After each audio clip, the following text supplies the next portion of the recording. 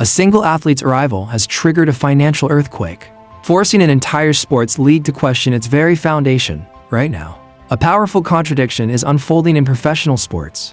The most significant economic force isn't a team or a league office, it's one remarkable rookie.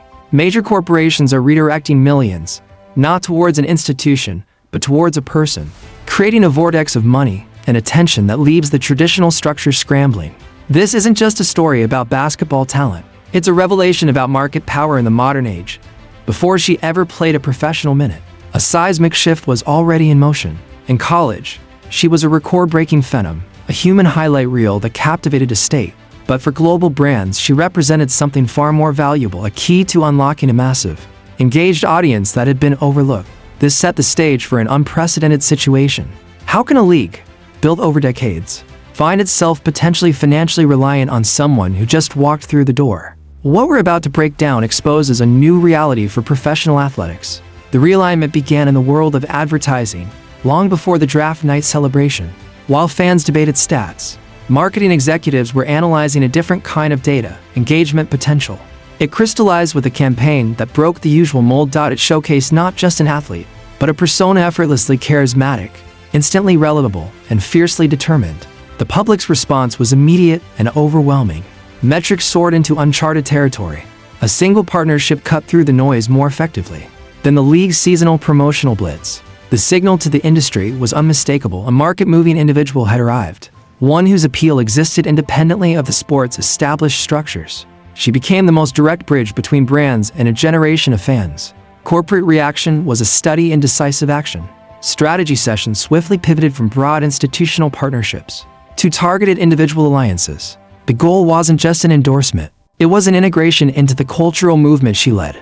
At the same time, the league continued its long-standing efforts to boost media rights deals and merchandise sales, facing familiar headwinds. Yet here was this new force, pulling in viewers from demographics that market research had deemed hard to reach.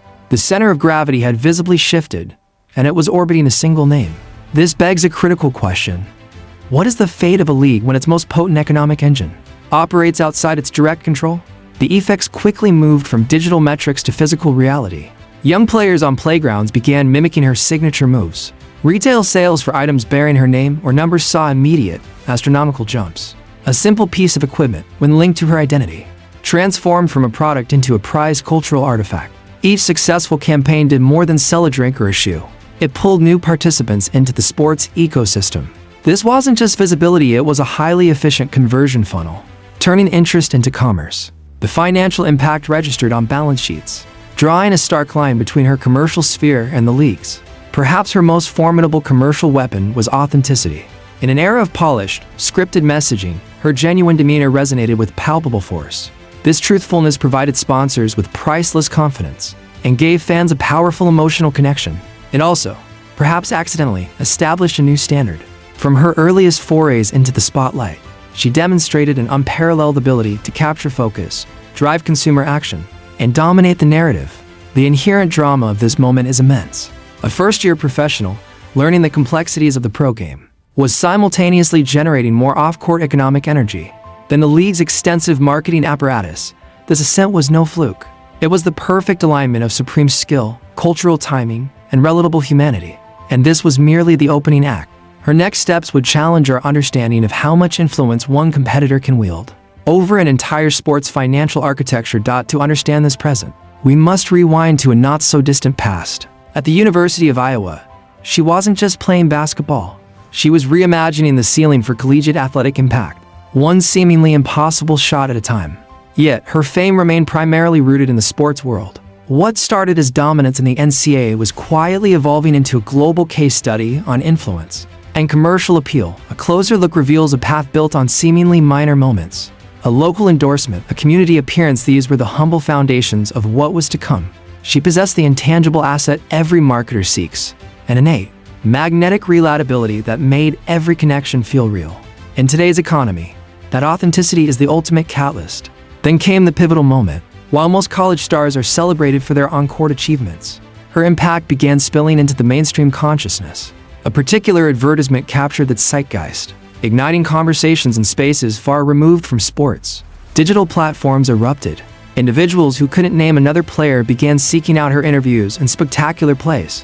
In a remarkably short time, she transitioned from a college legend to a subject of widespread cultural discourse. Every new commercial partnership created waves that the league's broader promotional campaigns struggled to match, marking a fundamental shift in the source of cultural power. Concurrently, the professional league navigated its perennial challenges, securing consistent national media coverage and landing landmark sponsorship deals remained difficult endeavors. The organization worked tirelessly to elevate its profile, but her rival introduced a new and potent variable. She rapidly became the most recognizable pulse of the sport.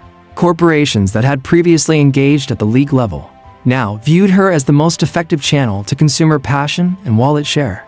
Brands like Nike and Gatorade saw her appeal not as a hypothesis, but as a hard fact, measurable in engagement rates, sales figures, and social media velocity. Every project featuring her converted mild curiosity into genuine fandom, boosting key performance indicators in ways that blanket league promotions could not. The effect was felt even within her own circle. Her influence extended beyond the box score. It was an elevating energy that raised the profile of her peers. This resonance radiated outward exponentially. Children nationwide practiced her step back, requested her jersey, and circulated her clips. She had matured into a full-fledged brand and an icon before her professional career officially began. The evolution from campus superstar to international figure was a masterclass in modern personal branding. It fused extraordinary ability with a keen understanding of story and connection.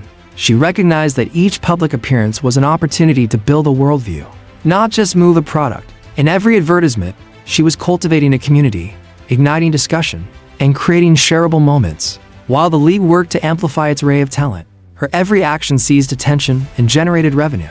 The dynamic was clear and compelling. A newcomer was producing more cultural and commercial capital than the establishment designed to promote her.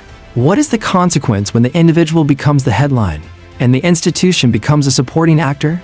The landscape fractured decisively when powerhouse brands chose to anchor their strategies directly to her. There's a vast difference between being a star within the game's ecosystem and becoming the axis upon which the sports business sector turns. She crossed that threshold with a quiet confidence, and the repercussions were profound. While league planners mapped out their annual marketing calendar, corporate partners had already recalibrated, placing her at the absolute center of their campaigns. These companies were not merely attracted to her physical talents. They were enthralled by her demonstrated capacity to generate cultural momentum and consumer action. Examine a landmark campaign from a leading sportswear company. It transcended typical athletic promotion to tell a compelling story of perseverance and aspiration. The audience didn't passively consume it. They actively engaged, creating online commentary and detailed analyses. Frame-by breakdowns emerged from commentators who had never previously focused on the sport. She wasn't simply advertising gear. She was advocating for a mindset. A major beverage partnership yielded similar, undeniable results. Products linked to her image disappeared from stores, becoming essential items for a youthful demographic. Her personal brand mark evolved from a simple design into a widely recognized emblem of affiliation. If this exploration of power, money, and influence resonated with you, show your support with a like for the channel Winds of Thought. It truly helps us bring you more deep dive content like this.